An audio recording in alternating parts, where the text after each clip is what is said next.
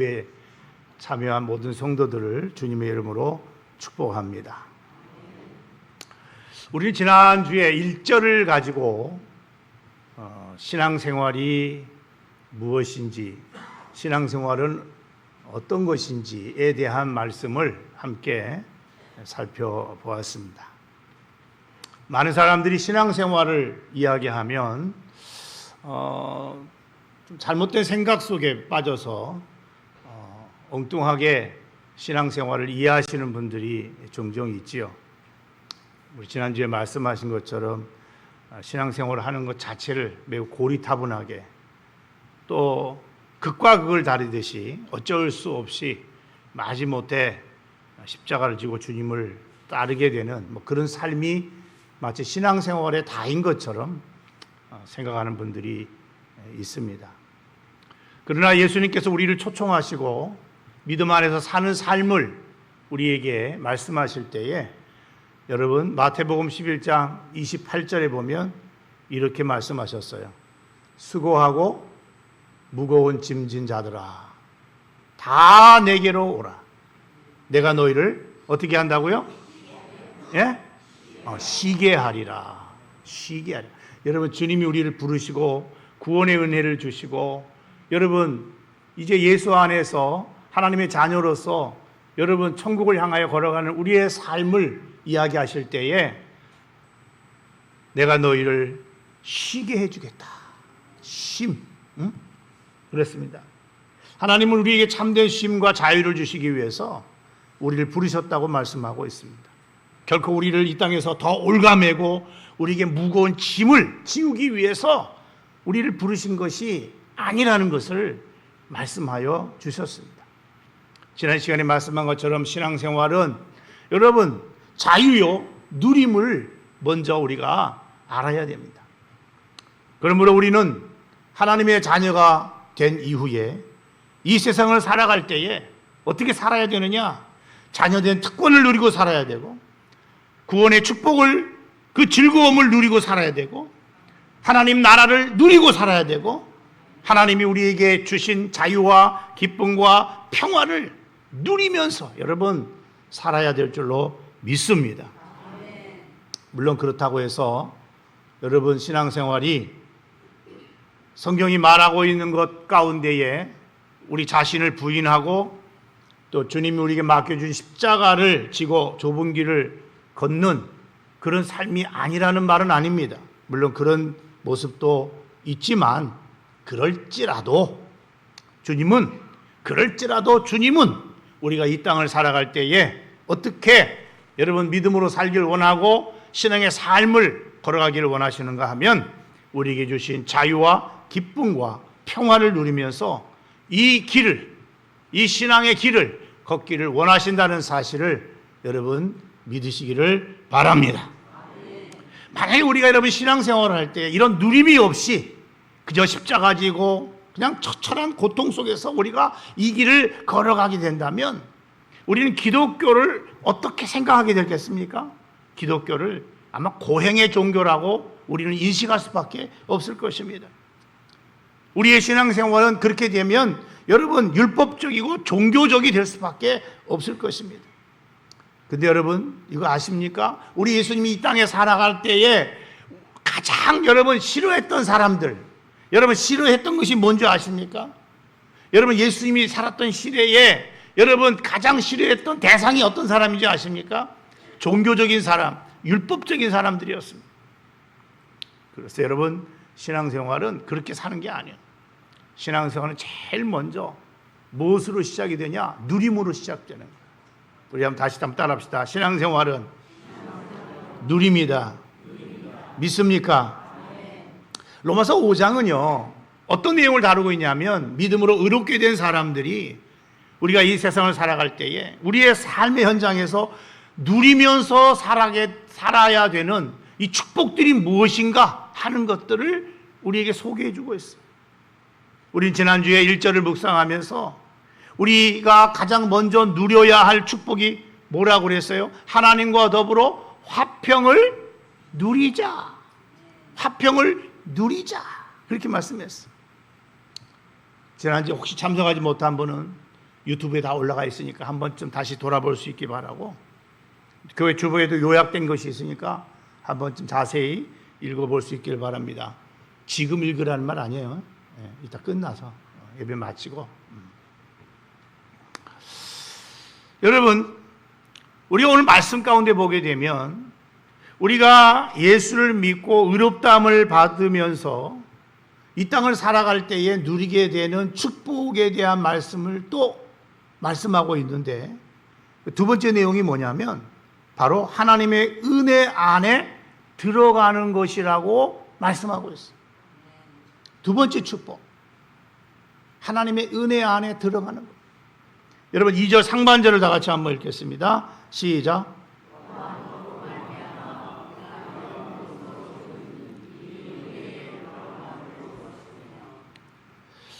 여기 보게 되면 이 은혜에 들어감을 얻었으며 그랬어요. 여러분 이 말씀을 조금 우리가 묵상해 보면, 들어감을 얻었다는 말은 그럼 얻기 전에는 어떤 상태였다는 거예요? 들어가지 못했다는 거잖아요. 그러니까 여러분들이 예수 믿기 전에는, 의롭다함을 얻기 전에는 이 은혜 안에 들어가 있지 않은 그런 상태였다는 말씀이에요. 우리는 아담의 후손으로서 은혜 안에 있는 자가 아니고 은혜 바깥에 있었던 사람들이라는 것을 말씀하고 있다는 것입니다. 아니, 은혜 바깥에 있는 정도가 아니라 아예 여러분 에덴 동산에서 아담과 하와가 추방당하고 내어 쫓김을 받은 것처럼 우리 역시 그러한 상태에 있는 존재라는 말씀인 것이죠. 아담과 하와가 범죄한 이후에 하나님은 아담과 하와를 에덴 동산에서 그대로 살 수 있게 놔두지 않았어요. 거기서 내쫓아버렸어요. 에덴 동산 밖으로 추방시켜버렸어요. 근데 여러분, 이 에덴 동산이라는 곳은 여러분 아담과 하와를 위해서 가장 좋은 장소로 예비한 곳이잖아요. 이 에덴 동산에서 아담과 하와는 어떻게 살았죠? 에덴 동산은 어떤 곳이었었죠? 하나님의 임재가 있는 곳이고, 그곳은 하나님의 보좌가 있는 곳이고, 그곳에는 무엇보다 생명나무가 있는 곳이라고 성경은 말씀하고 있어요. 그래서 여러분, 범죄한 인간이 이 생명나무에 이르러서 생명 과실을 따먹지 못하도록 아예 에덴 동산 바깥으로, 그 은혜의 장소 바깥으로 내어 쫓아버렸어요. 범죄한 이후 아담과 하와가 내어 쫓김을 받았다고 말이에요. 이 은혜 안에 들어간다고 그랬잖아요. 이 은혜 안에 들어간다는 말을 우리가 잘 이해하려면 여러분 구약의 성막을 이해할 수 있어야 돼요. 그래야 이 은혜 안에 들어간다는 것이 얼마나 큰 축복인가를 우리가 느낄 수가 있고 올바로 이해할 수 있다고 말이야. 여러분, 우리가 잘 아는 것처럼 이방인들은 절대로 성소로 들어갈 수가 없습니다.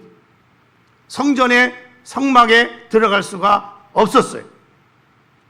그나마 성전 안에 들어갈 수 있는 사람들은 누구냐? 유대인들, 남녀들이 갈 수가 있었는데, 그것도 여러분 성막 안에, 성전 안에 다 들어가는 게 아니고 뜰 안에까지만 갈 수 있었어요. 뜰까지만. 성전 뜰. 그러면 여러분 성소라는 장소는요, 누구만 들어갈 수 있냐면은 거기에는 제사장들만 들어갈 수 있었어요. 제사장들이 여러분 매일같이 성소에 들어가서 하나님을 예배할 수가 있었고, 그것에 놓여있는 진설병이나 기름을 새롭게 갈아 넣는 것을 할 수가 있었어요. 그러나 여러분, 성소에도 성소가 있고 지성소가 있는데 이 성소와 지성소 사이에는 휘장이 가로막혀 있었어요. 그런데 이 제사장은 성소까지는 갈 수 있어도 그 휘장을 넘어 있는 지성소에는 못 들어갔어요. 그 지성소는 하나님의 보좌를 상징하는 곳이에요. 하나님의 임재가 있는 그런 특별한 장소, 거기에는 지성소, 거기에는 법궤가 있어요. 언약궤가 있어요. 그곳에는 오직 누구만 들어갈 수 있느냐 하면은 대제사장만이 들어갈 수 있어요. 그것도 아무 때나 들어갈 수 있는 것도 아니고 1년에 딱 한 번 들어갈 수 있어요. 대속죄일이 되는 날에 대제사장만이 그 안에 들어갈 수가 있었다고 말씀해요. 근데 이 지성소로 들어가려면 반드시 휘장을 통과해야 됩니다. 그런데 여러분, 이 휘장이 놀랍게도 찢어졌어요. 언제 찢어진 줄 아십니까? 예수님이 십자가에 달려 죽으실 때 이 휘장이 위서부터 아래로 찢어졌어요. 여러분 마태복음 27장 51절을 다 같이 한번 읽겠습니다. 시작.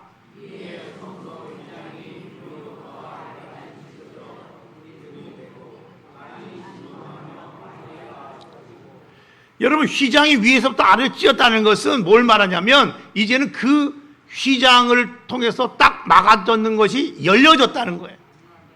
누구든지 휘장을 통과해서 안으로 들어갈 수 있게 되었다는 거예요. 언제 찢어졌다고요? 예수님이 십자가에서 마지막으로 죽는 그 순간에 이렇게 말했어요. 다 이루었다. 이제 죄값을 다 치렀다. 다 완불했다. 다 청산했다. 그때 하나님이 그것을 보시고 휘장을 위에서 아래로 찢으신 거예요. 위에서 아래로 찢었다는 것은 누가 찢었다는 거예요? 하나님이 찢으셨다는 거예요. 다시 말하면 하나님께서 누구든지 이제는 나의 보좌 앞으로 나올 수 있는 길을 열어주셨다는 거예요. 여러분, 예수를 믿는 사람들, 예수를 믿음으로 의롭다함을 얻은 사람들은 그러므로 이제 언제나 예수의 피를 힘입어서 하나님의 보좌 앞으로 나아갈 수 있는 은혜를 받게 된 거예요. 예수님이 십자가에서 여러분 죄값을 다 완불할 때 하나님이 찢어 놓으셨어요. 성경 히브리 기자는 이것을 이렇게 표현했어요. 히브리서 10장 20절을 한번 다 같이 읽겠습니다. 시작.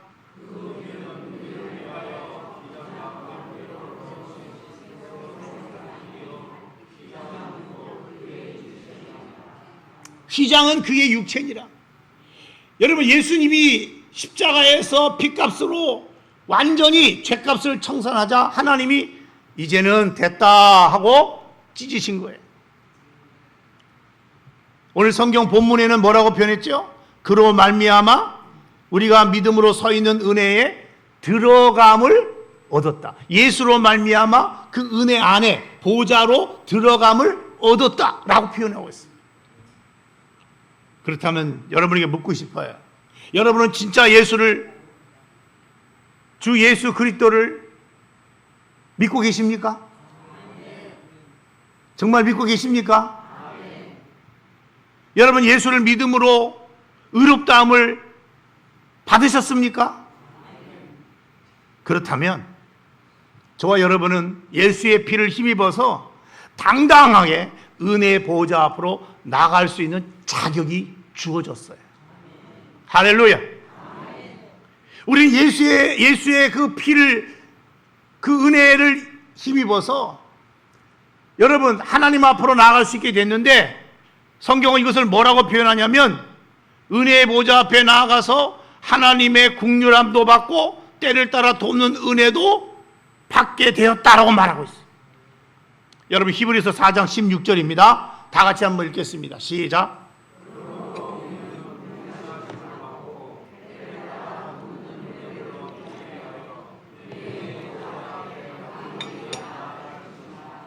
여러분 은혜의 보좌 앞에 어떻게 나간다고요? 담대히 나간다고 그래요. 담대히. 여러분 과거에는요 하나님 앞에 나갈 때에 담대히 못 나갔어요.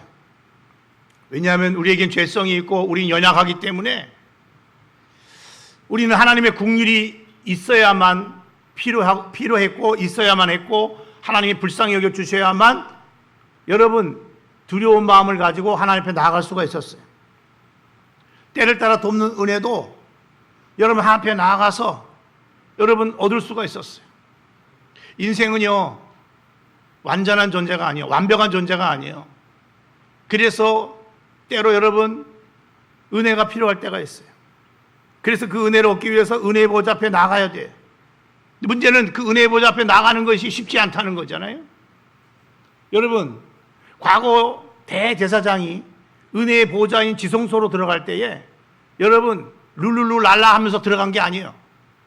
여러분 그때는 뭘 걸고 들어가야 되냐? 목숨을 걸고 들어가야 돼요.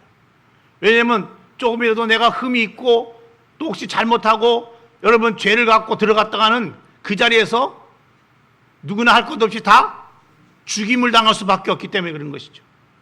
그래서 여러분 과거에 대제사장이나 제사장들은 들어갈 때 이 옷을 입었는데 옷 밑에는 뭐가 있냐면 방울이 달려서 방울이.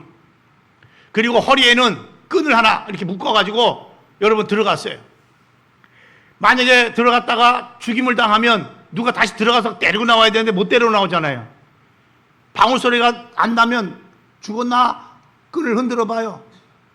그러면 살았다 그러면 뭐예요? 방울 소리를 내고 딸랑딸랑하고 끈을 흔들어서 아직 나 살았어 살아있어 알려줘야 돼요. 근데 여러분 끈을 흔들었는데도 소리가 없고 방울 소리도 안 난다. 그건 영락없이 뭐 한 거예요? 죽은 거예요. 그럼 어떻게 해야 돼요? 못 들어가잖아. 그럼 뭘 잡아당겨야 돼요? 끈을 잡아당기는 거야. 그때는 끈을. 그래서 끄집어내는 거예요. 그러니까 여러분 지성소로 들어가는 것은 여러분 죽음을 각오하고 들어가야 돼요. 그러니까 여러분 하나님 앞에 나아갈 때 두렵고 떨린 마음을 가지고 하나님 앞에 나갔어. 여러분 그런데 오늘 저와 여러분은 예수 그리스도의 피 그 공로를 의지하고 하나님 앞에 나아가게 되는 저와 여러분은 두려움을 가지고 나가는 게 아니고 예수의 피를 힘입어서 담대하게 당당하게 룰루루 랄랄라 하면서도 들어갈 수 있다 이거 말이에요. 할렐루야. 더 이상 두려워 떨 필요가 없겠단 말이에요. 예수의 피가 우리로 하여금 담대함을 가지고 하나님 앞에 나갈 수 있게 해 주셨다는 거예요. 이게 얼마나 큰 특권이고 축복인 줄 아십니까? 하나님 앞에 나아갈 때에 여러분 죽음의 공포가 없이 담대하게 당당하게 여러분 하나님 앞에 나아갈 수 있는 축복, 이것이 바로 믿음으로 의롭다함을 얻은 사람들에게 주시는 하나님의 두 번째 축복인 거예요. 할렐루야.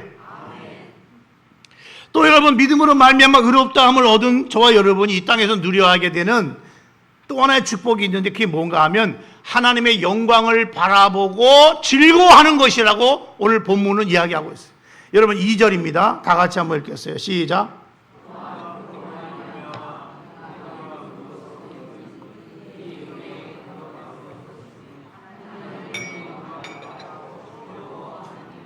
한번 따라합시다. 하나님의 영광을 바라고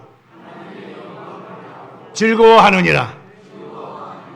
여러분 여기서 우리는 무엇을 생각할 수 있냐면 신앙생활이 뭔가 하는 것을 여러분 또 하나를 발견하게 되는데 그것이 바로 뭐냐면은 하나님의 영광을 보는 거예요. 우리가 신앙생활을 하면서 하나님의 영광을 보는 거예요. 보는 것만이 아니고 그 영광을 바라보면서 즐거워하는 거예요. 그 영광을 보면서 너무너무 행복하고 즐거워. 여러분 이것이 여러분 이게 신앙생활이라는 거예요. 그러니까 진짜 신앙생활하는 사람은 하나님의 영광을 바라보고 여러분 마음의 기쁨과 즐거움이 있는 그런 삶을 살게 된다 그 말이에요. 아니 그런 삶을 살아야 된다 그 말이에요. 그걸 누려야 된다 그 말이에요.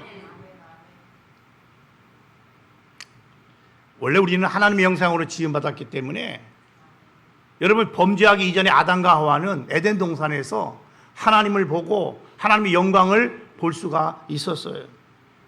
그 가운데 살고 있었어요. 근데 범죄한 이후 여러분 에덴 동산에서 추방당했고 은혜 안이 아니라 이제 은혜 바깥에 쫓겨나서 머물게 되었고 더 이상 하나님의 영광을 볼 수 없는 그런 존재가 되고 만 것이죠. 아담의 후손으로 태어난 저와 여러분도 마찬가지입니다. 우리도 하나님의 영광을 보지 못하게 됐고 그 영광에 이르지도 못하게 됐고 그 영광에 참여하지도 못하게 되는 그런 존재가 되고 말았어요. 우리가 죄를 한 번도 지어본 적이 없어도 우리는 원죄를 가지고 태어났기 때문에 그렇게 되는 거예요. 그래서 여러분 바울이 로마서 3장 23절에서 죄를 이렇게 정의했어요. 우리 다 같이 한번 읽겠습니다. 시작.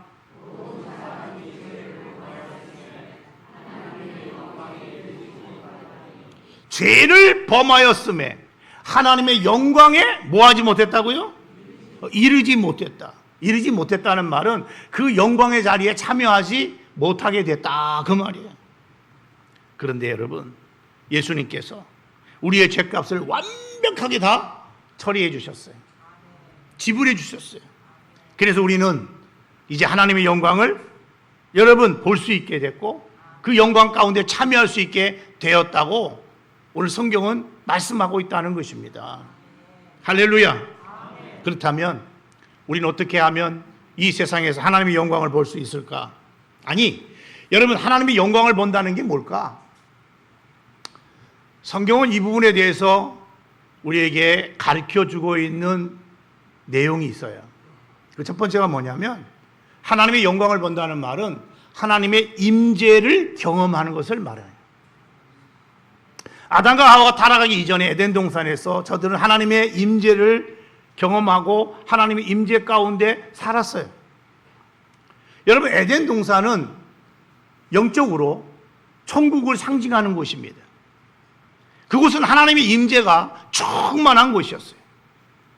아담과 하와는 그곳에서 범죄하기 전에는 주님의 음성을 듣고 하나님의 뜻을 따라 짐승들의 이름을 지어주면서 하나님의 임재 가운데 저들은 살았어요. 주님의 음성을 들었어요. 여러분, 마찬가지로 오늘 우리가 예수 믿고 의롭다함을 얻어서 한 번도 죄를 지어본 적이 없는 사람으로 간주되게 되면, 의롭게 된 사람이 되면 우리도 그렇다면 하나님의 영광을 보면서 살아야 돼요. 믿습니까? 죄를 짓기 전에 아담처럼, 하와처럼 하나님의 임재 가운데 살 수 있게 된 거예요. 정말 여러분, 예수를 믿고 거듭났고 의롭게 됐다면 여러분, 우리는 하나님의 영광을 볼 수 있고 하나님의 임재를 경험할 수 있어요. 체험할 수 있어요. 느낄 수 있어요. 그 가운데 살 수 있어요. 여러분, 하나님의 임재를 경험하며 사는 것이 바로 뭐와 같다고 말하고 있느냐면 하나님의 영광을 보는 것이라고 말하고 있는 거예요. 구약에 보면 모세가 그랬잖아요. 구약의 백성이었지만 그는 하나님의 임재 가운데 살았어요. 그래서 하나님과 친구같이 이야기했고 하나님과 대면하며 대화를 나눴다고 성경은 말씀하고 있어요.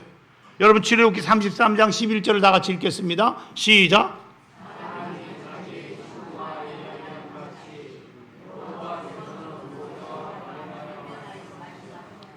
모세는 하나님과 대면해서 친구랑 얘기하는 것처럼 하나님과 대화를 나눴다는 거예요. 여러분, 피조물인 우리들이 여러분, 조물주여 창조되신 하나님과 대면하고 교제할 수 있다면 여러분, 이것처럼 큰 축복이 어디 있겠어요? 믿습니까? 근데 모세는요, 그렇게 살았다는 거예요. 하나님의 임재 속에서 여러분, 그와 같은 모습으로 그가 살았다고 성경이 이야기하고 있잖아요. 모세만 그런 거 아니에요. 다윗도 그랬어요. 그도 역시 구약의 백성이었지만 그도 하나님의 임재 가운데 살았어요. 그래서 자기 가운데 임재하신 하나님을 그는 이렇게 노래했어요. 사도행전 2장 25절이 됩니다. 시작.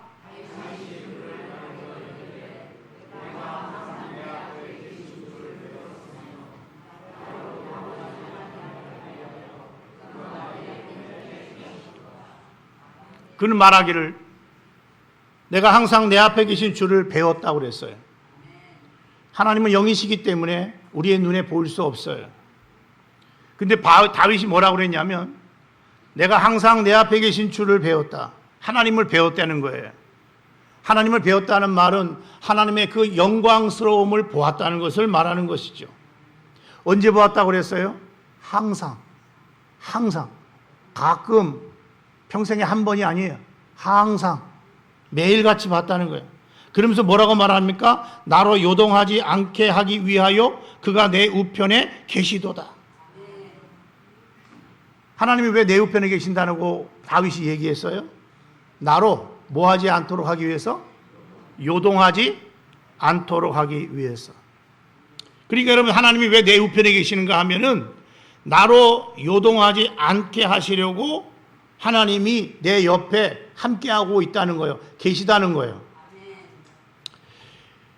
우리가 이 말씀을 잠시 묵상해 보면 여러분, 정말 하나님이 내 옆에 계시고 내 앞에 계신 하나님을 내가 보면서 하나님의 영광을 보면서 여러분, 우리가 살아간다고 하면 우리는 이 땅을 살아가면서 다윗의 말처럼 요동하지 않게 된다는 것이죠. 하나님은요, 우리가 이 땅에서 요동하며 때로는 두려워 떨면서 살아가는 것을 원치 않으셔요. 참 평안을 누리고 당당하게 이 세상을 살아가기를 원하셔요. 그래서 다윗이 뭐라고 그랬죠? 다윗이 말했잖아요. 요동하지 않게 하기 위해서 하나님이 내 우편 내 앞에 계신다고 그는 이야기하고 있다는 것입니다. 왜 우리가 이 땅을 살아가면서 자꾸 흔들리는 모습을 보일까요? 여러분, 세상의 문제가 크기 때문일까요? 인생의 풍랑이 너무나 크게 나에게 다가왔기 때문일까요? 물론 그럴 수도 있겠죠. 그러나 우리가 이 다윗의 고백을 통해서 생각해 본다면 그것은 우리가 하나님의 임재 가운데 살아가고 있지 못하기 때문이라고 말씀드리고 싶어요. 여러분, 하나님의 사람에게는 문제가 크고 상황이 어려워서 두려워 떠는 게 아닙니다. 하나님을 뵙지 못했기 때문에, 하나님의 임재를 경험하지 못했기 때문에 여러분, 시시각각 다가오는 다양한 시험 앞에서, 환난 앞에서 두려워 떨게 되는 것입니다.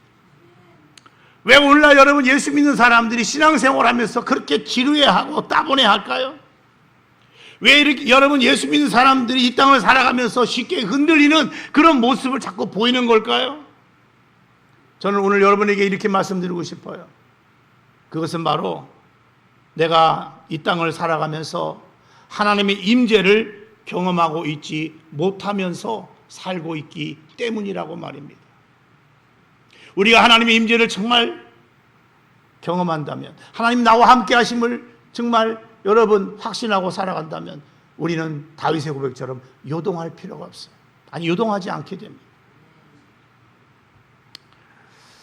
요한계시록 4장에 보니까 여러분 하나님 나라에서 예배드리는 장면을 소개하고 있어요. 요한이 반모섬이라는 곳에 유배를 갔는데 어느 날 그가 기도 중에 성령에 이끌려서 열린 하늘문을 통해서 여러분 천상 하나님 나라에 도달하게 됩니다. 그리고 그가 그곳에서 목격한 것이 무엇이냐면 예배드리는 장면을 목격하게 되죠. 여러분, 천국에서 예배하는 장면을 그가 보면서 그 장엄하고 그 황홀하고 그 어떤 뭐랄까요, 그 경외감, 감격, 그것을 느끼면서 그 예배의 여러분 장면을 보게 돼요. 그 내용을 보니까 여러분 하나님의 빛나고 높은 보좌가 있는가 하면 그 보좌에 우리 주님이 앉아 계시는 것을 보았다고 그랬어요. 그 앞에는 수정같이 맑은 유리바다가 있고 보좌 뒤편에는 무지개가 있었다고 그랬어요. 그리고 보좌 주변에는 여러분 천군 천사들이, 많은 천군 천사들이 하나님의 거룩을 노래하고 있었다고 하였습니다. 여러분, 그리고 그 주변에는 24 보좌와 장로들도 있었는데 여기서 말하는 24 보좌와 장로는 무엇을 의미하냐면은 구약과 신약의 구원받은 백성들을 상징하는 것입니다. 근데 이들이 하나님을 예배하면서 저들이 엎드려서 자기의 멸관을 하나님 앞에 드리면서 우리를 구원하신 하나님을 찬양하는 그러한 너무너무나 장엄한 그리고 황홀한 그 장면을 여러분 요한이 보게 됩니다. 그곳에는요 주님의 얼굴에서 나오는 빛나는 광채가 그 모든 천국을 환하게 비추고 있어요. 여러분 상상해 보세요. 이것이 요한이 하늘나라에 가서 하나님을 예배하는 구원받은 백성들의 예배 장면이었습니다.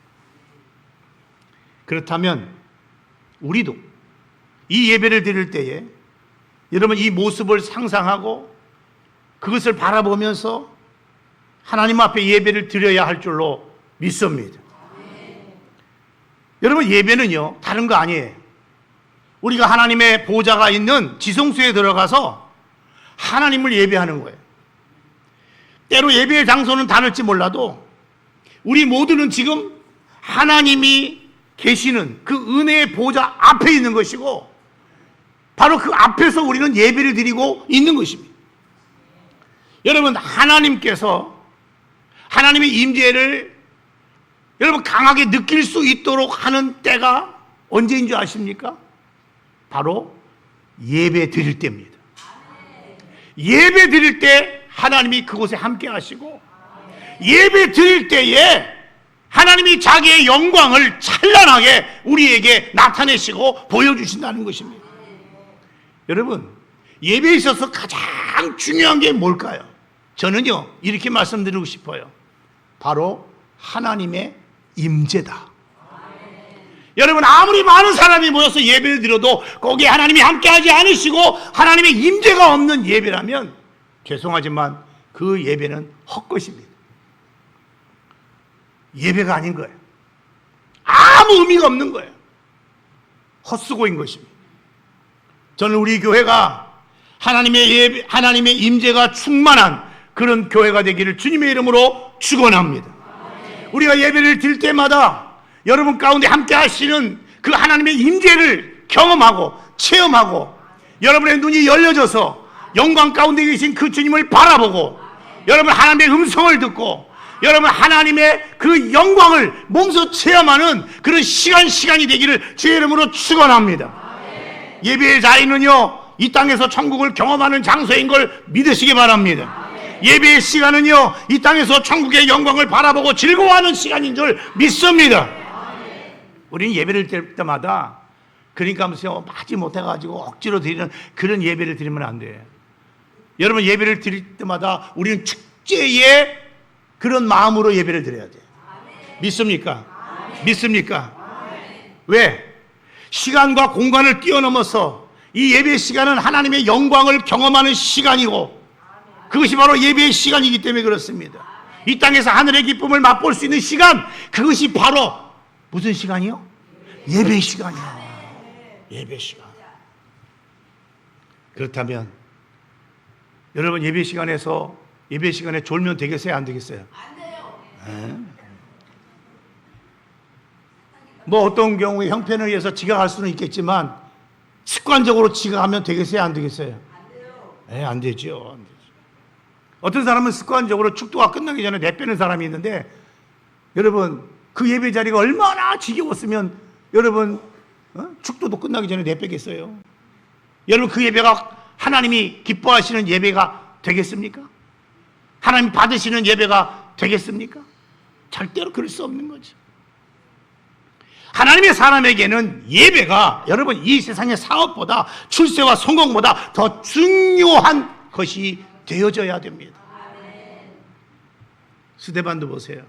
돌에 맞아 죽으면서 그가 여러분 얼굴이 천사의 얼굴처럼 됐다고 그랬잖아요.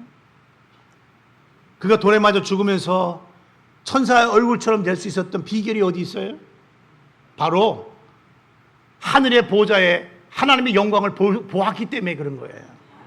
여러분 사도행전 7장 55절을 한번 읽겠습니다. 시작.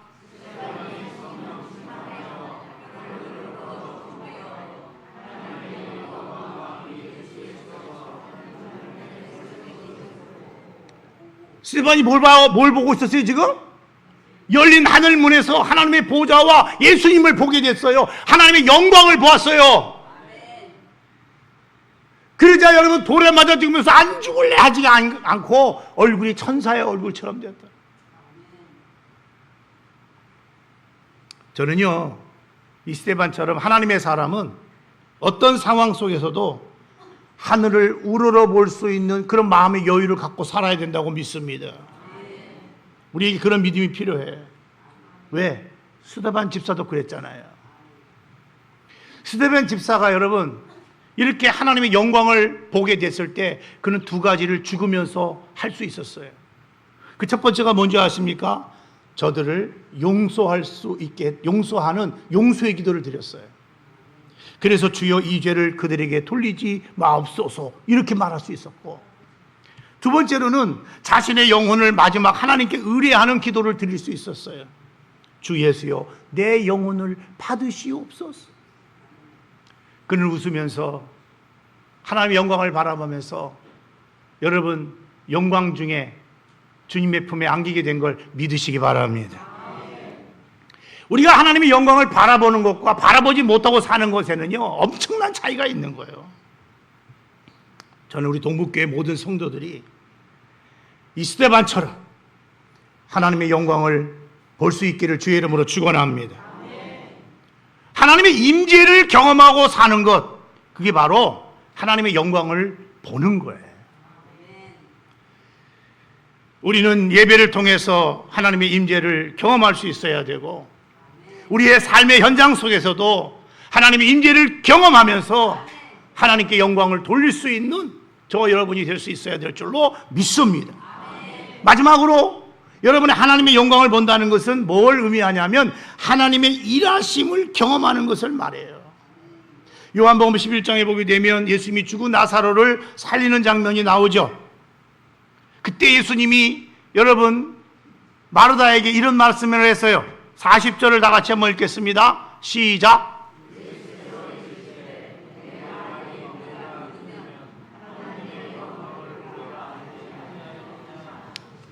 예수님이 이렇게 말하세요. 내 말이 네가 믿으면 그 다음에 어떻게 했어요? 하나님의 영광을 뭐하리라? 보리라.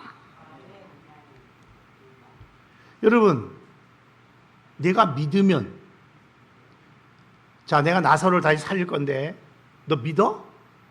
네가 정말 믿으면 하나님의 영광을 보게 될 거야. 그 하나님의 영광이 뭐예요? 죽은 나사로가 살아나는 거예요. 하나님의 일하심을 통해서 죽은 나사로가 살아나는 것을 눈으로 볼 때 그것을 예수님이 뭐라고 표현했다고요? 하나님의 영광을 보리라, 이렇게 말하고 있다는 거예요. 여러분 보세요. 예수님께서 기도하셨잖아요. 내 기도 들으신 것을 감사합니다. 그리고 나사로에게 말합니다. 나사로야 나와! 그러니까 나사로가, 여러분 죽은 나사로가 온몸을 이 수족을 동인 채로 나왔다고 그랬어요. 나사로를 봤어요. 죽은 나사로를 봤는데 하나님은 그것을 뭐라고 했느냐? 하나님의 영광을 본 것으로 얘기하고 있어요. 왜? 이 사람은 하나님의 능력으로 죽었다가 뭐 한 거예요? 살아나. 죽었다가 살아나도록 일하셨던 하나님이 하신 그 일, 그것을 예수님이 뭐라고 표현했다고요? 하나님의 영광으로 표현하고 있다는 거예요. 믿습니까? 믿습니까? 여러분, 그 당시에 마르다뿐만 아니라 그 자리에 있던 많은 유대인들이 나사로가 살아나는 것을 보면서 저들은 하나님의 영광을 본 거예요. 하나님의 일하심을 통해서 하나님의 영광을 본 것입니다. 여러분, 우리도 마찬가지입니다. 나의 삶 속에서 하나님의 일하심을 우리가 경험하고 체험한다면 그것은 곧 하나님의 영광을 보는 것입니다. 믿습니까? 여러분, 여러분의 삶의 현장에서 하나님의 영광을 볼 수 있기를 주의 이름으로 축원합니다. 하나님이 여러분을 통해서 일하시는 것을 여러분의 눈으로도 볼 뿐 아니라 수많은 사람이 그것을 보고 하나님께 영광을 돌릴 수 있도록 만들어야 되는 거예요. 믿습니까? 근데 여러분, 우리 하나님은요 참 특이하신 분이에요. 우리는 보통 무슨 생각을 합니까? 아, 너무 힘들어, 좀 쉬어야 되겠어. 근데 하나님은요 뭐라고 표현하고 있냐면 얼마나 일하기를 원하시는지. 여러분, 이사야 62장 7절을 다 같이 한번 읽겠습니다. 시작.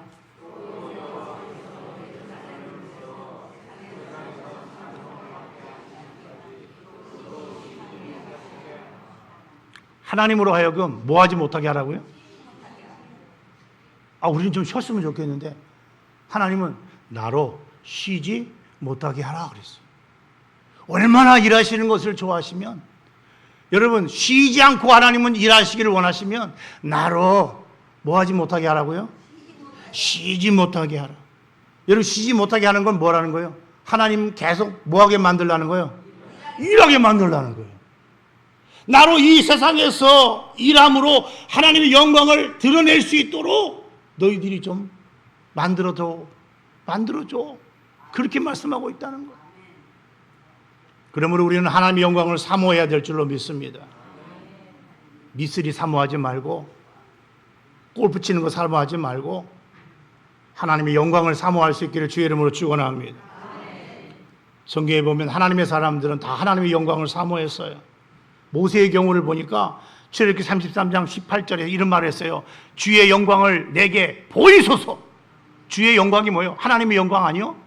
하나님의 영광을 나에게 보여달라는 거예요. 이게 모세의 기도였어요. 여러분, 이 모세의 기도가 저와 여러분의 기도가 되길 주의 이름으로 축원합니다. 우리가 왜 하나님의 영광을 봐야 돼요?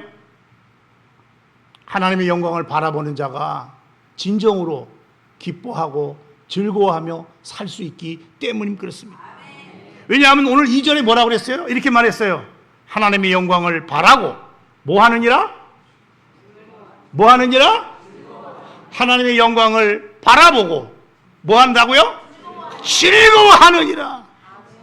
여러분, 즐거워한다는 말이 히브리어에 보니까 이렇게 돼 있어요. 뽐내다, 자랑하다, 기뻐하다. 하나님의 영광을 바라보는 자가 하나님을 자랑하게 되고, 하나님의 영광을 바라보는 자가 여러분 기뻐하게 되고, 하나님의 영광을 바라보는 자가 이 세상을 살아갈 때 당당하게 살아갈 수 있게 된다는 거예요. 말씀을 맺습니다. 왜 우리는 이 세상을 살아가면서 당당하지 못할까요? 왜 우리는 하나님을 자랑하지 못하고 때로는 예수 믿는 것이 부끄러워서 여러분 숨기면서 여러분 살아가는 그런 모습들이 있을까요? 왜 우리는 주님의 길을 따라가면서도 여러분 기쁨으로 따라가지 못하고 마지 못해서 억지로 따라가는 그런 모습을 자꾸 보이는 걸까요? 한마디로 이렇습니다. 그 사람은 하나님의 영광을 보지 못했기 때문에 그렇습니다. 하나님의 영광을 본 자는 절대로 그렇게 살아가지 않습니다. 하나님의 영광을 본 사람은 당당하게 살아갑니다. 하나님의 영광을 보는 사람은 즐거워하며 살아갑니다. 하나님의 영광을 바라보고 살아가는 사람은 아무리 이 신앙의 삶이 믿음의 길이 힘들고 어려워도 하나님을 찬양하며 앞으로 나아가는, 전진하는 그런 삶을 살아가게 되는 줄 믿으시기 바랍니다. 여러분 믿습니까? 믿습니까? 정말로 믿습니까? 아멘이십니까? 이후에 여러분의 삶이 하나님의 영광을 보는 삶, 그 영광 가운데 하나님이 주시는 참된 기쁨과 즐거움을 누리며 사는 그런 삶이 되어질 수 있기를 주의 이름으로 축원합니다. 축원합니다. 축원합니다. 우리 한번 기도하십시다.